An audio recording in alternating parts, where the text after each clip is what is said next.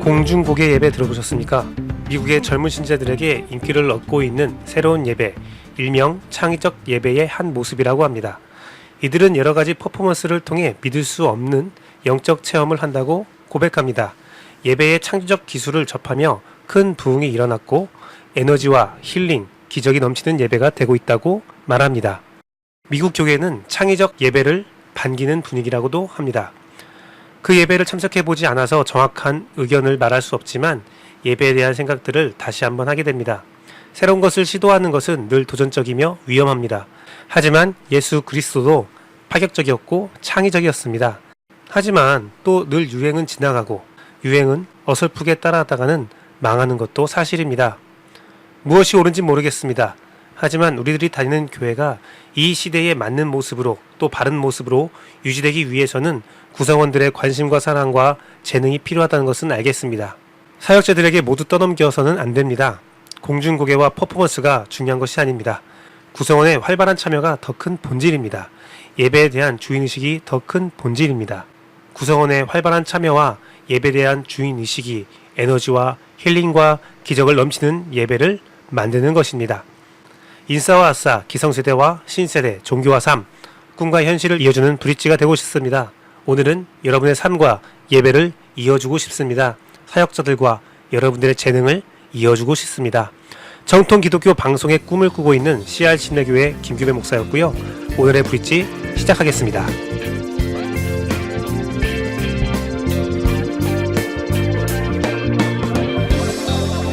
브릿지 방송은 큐티한 남자를 시작으로 매일 다른 내용의 방송으로 여러분을 찾아가고 있습니다.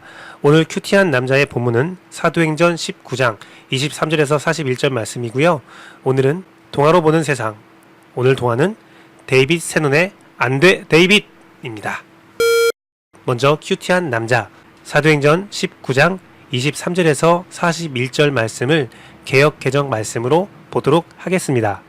그때쯤 되어 이 도로 말미암아 적지 않은 소동이 있었으니 즉 데메드리오라 하는 어떤 은장색이 은으로 아데미의 신상 모형을 만들어 직공들에게 적지 않은 벌이를 하게 하더니 그가 그 직공들과 그러한 영업하는 자들을 모아 이르되 여러분도 알거니와 우리의 풍족한 생활이 생업에 있는데 이 바울이 에베소뿐 아니라 거의 전 아시아를 통해서 수많은 사람을 권유해서 말하되 사람의 손으로 만든 것은 신이 아니라 하니 이는 그대들도 보고 들은 것이라. 우리는 이 영업이 천하여질 위험에 있을 뿐 아니라 큰 여신 아데미의 신전도 무시당하게 되고 온 아시아와 천하가 위하는 그의 위엄도 떨어질까 하노라 하더라. 그들이 이 말을 듣고 분노가 가득하여 외쳐 이르되 크다 에베소 사람의 아데미여 하니 온 시내가 요란하여 바울과 같이 다니는 마게도냐 사람 가이오와 아리스다고를 붙들어 일제히 연극장으로 달려 들어가는지라. 바울이 백성 가운데로 들어가고자 하니 제자들이 말리고 또 아시아 관리 중에 바울의 친구된 어떤 이들이 그에게 통지하여 연극장에 들어가지 말라 권하더라. 사람들이 외쳐 어떤 이는 이런 말을 어떤 이는 저런 말을 하니 모인 무리가 분란하여 태반이나 어찌하여 모였는지 알지 못하더라. 유대인들이 무리 가운데서 알렉산더를 권하여 앞으로 밀어내니 알렉산더가 손짓하여 백성에게 변명하려 하나 그들은 그가 유대인인 줄 알고 다 한 소리로 외쳐 이르되 크다 에베소 사람의 아데미여 하기를 2시간이나 하더라. 서기장이 무리를 진정시키고 이르되 에베소 사람들아 에베소시가 큰 아데미와 제우스에게서 내려온 우상의 신천지기가 된 줄을 누가 알지 못하느냐. 이 일이 그렇지 않다 할 수 없으니 너희는 가만히 있어서 무엇이든지 경솔이 아니하여야 하리라. 신전의 물건을 도둑질하지도 아니하였고 우리 여신을 비방하지도 아니한 이 사람들을 너희가 붙잡아 왔으니 만일 데메드리오와 그와 함께 있는 직공들이 누구에게 고발할 것이 있으면 재판할도 있고 총독들도 있으니 피차 고소할 것이요 만일 그 외에 무엇을 원하면 정식으로 민회에서 결정할지라.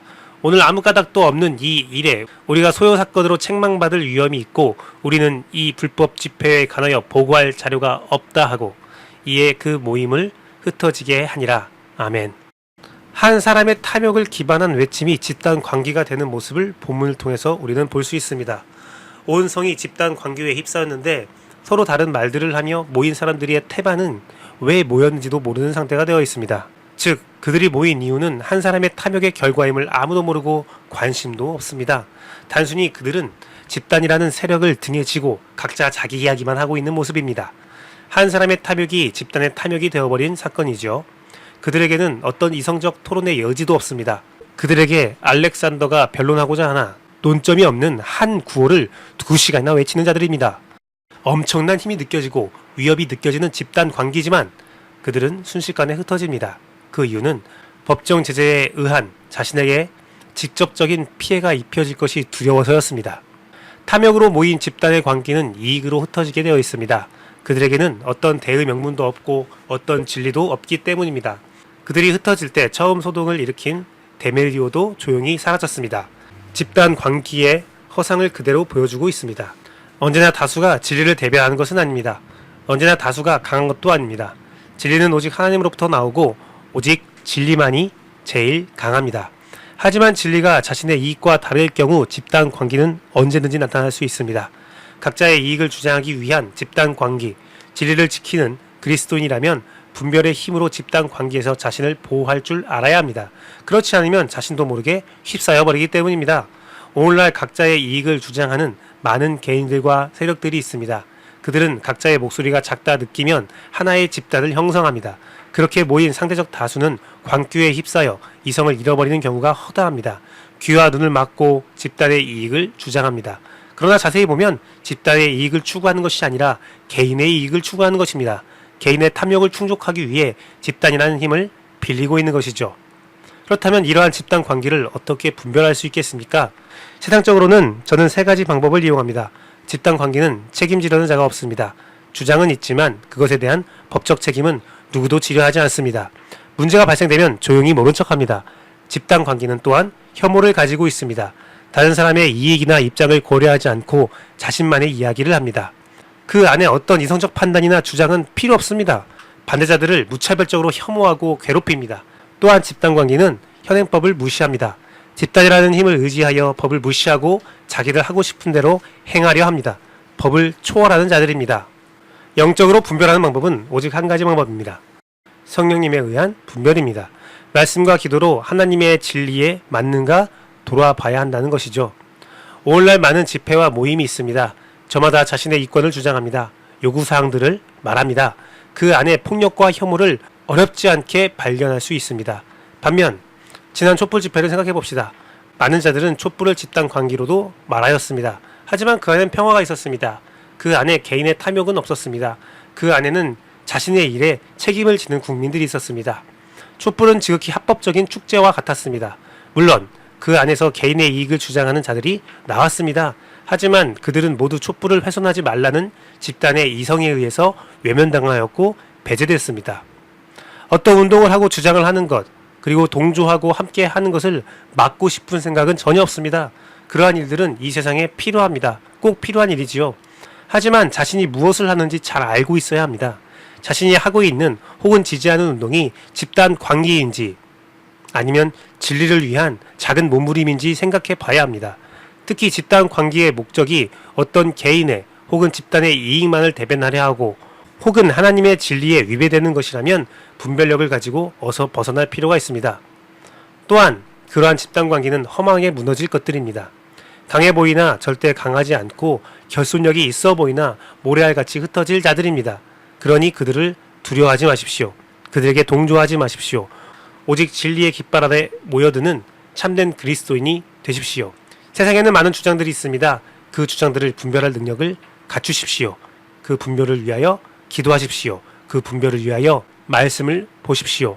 분별의 영을 통해서 진리의 모임에 함께하여 이 세상을 개혁하는 여러분이 되기를 소망합니다.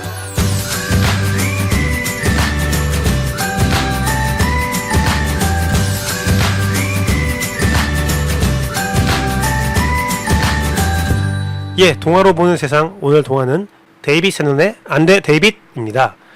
동화 속에 나오는 주인공 데이빗은 우리 주변에서 볼 수 있는 정말 평범한 아이입니다. 다만 늘 사고를 칩니다. 위험한 행동을 하고 미운 짓만 골라서 합니다. 더럽고 얌전하지 못합니다. 데이빗의 하루에는 늘 안 되는 것들만 가득 차 있습니다. 엄마는 늘 데이빗에게 이렇게 말합니다. 안 돼! 안 된다니까! 그만둬! 라는 말만 하죠. 아이고, 저 아이는 왜 이렇게 말을 안 들지? 엄마는 점점 지쳐갑니다. 그러다가 정말 큰 사고를 치게 됩니다. 집안에서 야구를 하는 데이빗은 화병을 깨트려 버리죠. 늘 당당했던 아이가 울고 있습니다. 그런 데이빗을 바라보며 엄마가 말합니다. 데이빗, 어서 오렴. 그리고 안아줍니다. 그리고 이렇게 말합니다. 그래 데이빗, 엄만 널 가장 사랑한단다. 라고 말해줍니다. 맞습니다. 엄마는 늘 지칩니다. 아빠도 지칩니다. 아이들은 전혀 지친 기색이 없이 말썽을 부립니다. 그래서 엄마 아빠는 늘 아이들에게 언성이 올라갑니다. 하루 종일요. 안 돼, 안 돼, 그만해, 안 돼! 그런데 바꿔보면 아이는 그냥 신나서 하는 행동인데 엄마 아빠에게 하루 종일 듣는 말은 안 되라는 말입니다. 하루 종일 혼나고 있습니다. 부모도 괴롭지만 자녀 또한 괴롭습니다. 하루 종일 싫은 말만 듣게 되니까요. 한 번쯤은 다른 이야기를 들려주고 싶습니다. 사랑한단다. 괜찮아. 뛰어. 더럽혀도 괜찮아. 내가 미워하는 사람이 있습니다. 정말 미운 짓만 골라서 합니다. 마음에 전혀 들지 않습니다. 그런데 생각해보면 그도 나에게 이쁜 눈길 한번 받지 못했습니다. 사랑이란 것은 뻔한 반응에 다른 반응을 보여주는 것입니다. 하루에 한 번만이라도 사랑을 전하는 여러분 되기를 소망합니다. 오늘 그리고 내일 사랑을 실천할 수 있는 여러분의 삶을 축복합니다. 오늘의 브릿지 여기까지입니다. 감사합니다.